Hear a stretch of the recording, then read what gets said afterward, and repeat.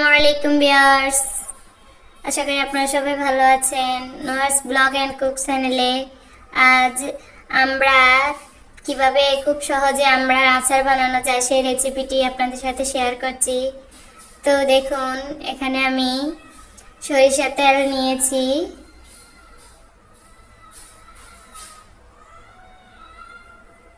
নিয়েছি তেজপাতা, দারচিনি আর সাদা এলাচ।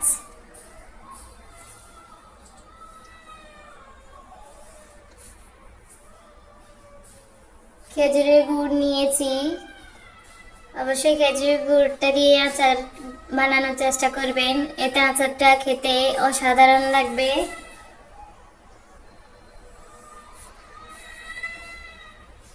আর আমি এখানে 5 ফোড়ন নিয়েছি।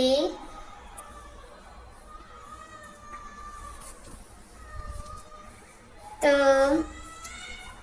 আচারটা বানানো শুরু করে দিয়েছি।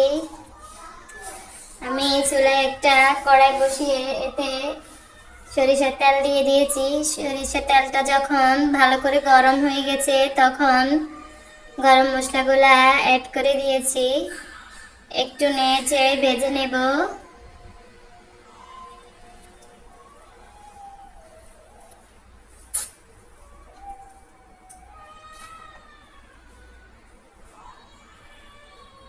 এখন গুঁড়গুলো দিয়ে দিচ্ছি।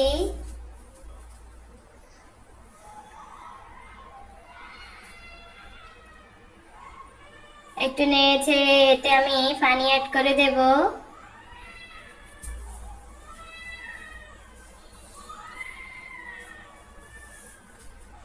এখানে আমি 1.5 কাপ পরিমাণ পানি দিয়েছি।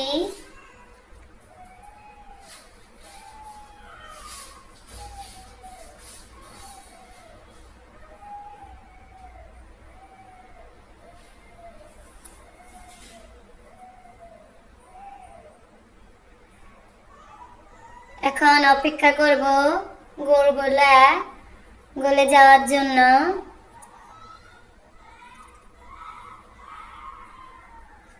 পানিটা ফুটিয়ে উঠলে এতে আমি আমড়াগুলো অ্যাড করে দেব। এ পর্যায়ে আমি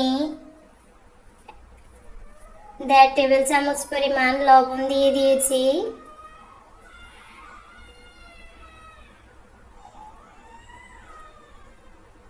একটু নেড়ে গুঁড়গুলো মিশিয়ে নিব।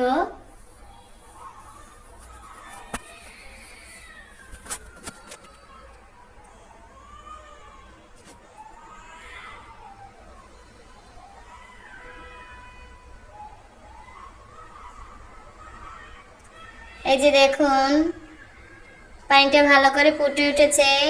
এখন আমি কেটে রাখা আমড়াগুলো দিয়ে দিয়েছি।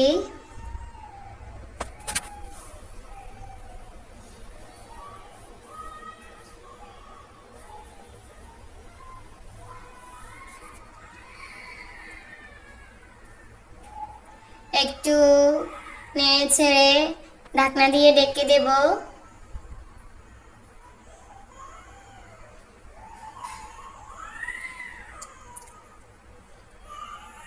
ফিরে আসছি 10 মিনিট পর।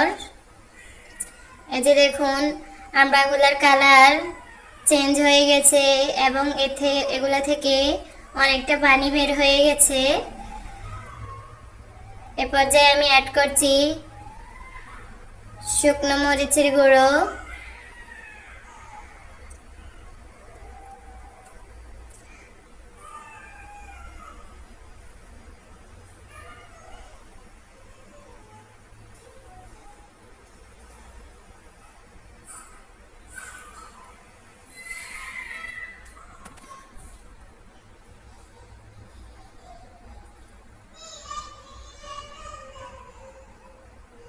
একটু নেড়ে আবারও ঢাকনা দিয়ে ঢেকে দিচ্ছি।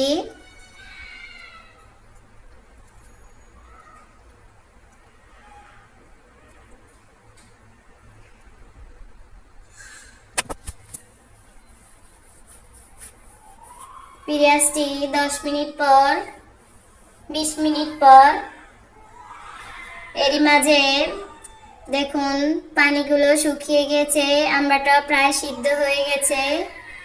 এই পর্যায়ে অ্যাড করছি পাঁচফোড়ন, ভাজা পাঁচফোড়নের গুঁড়ো। আমি পাঁচফোড়নগুলোকে ভেজে তারপর গুঁড়ো করে নিয়েছি।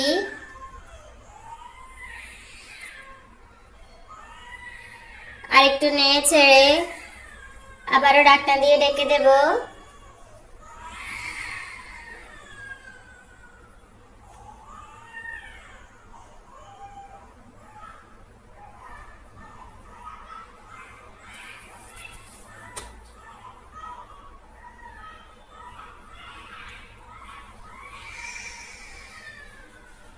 ফিরে আসছি 10 মিনিট পর।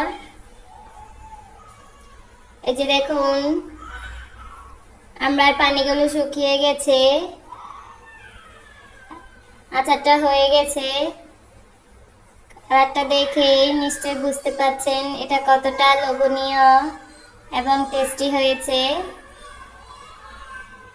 এখন আমি এগুলাকে ঢেলে নিব।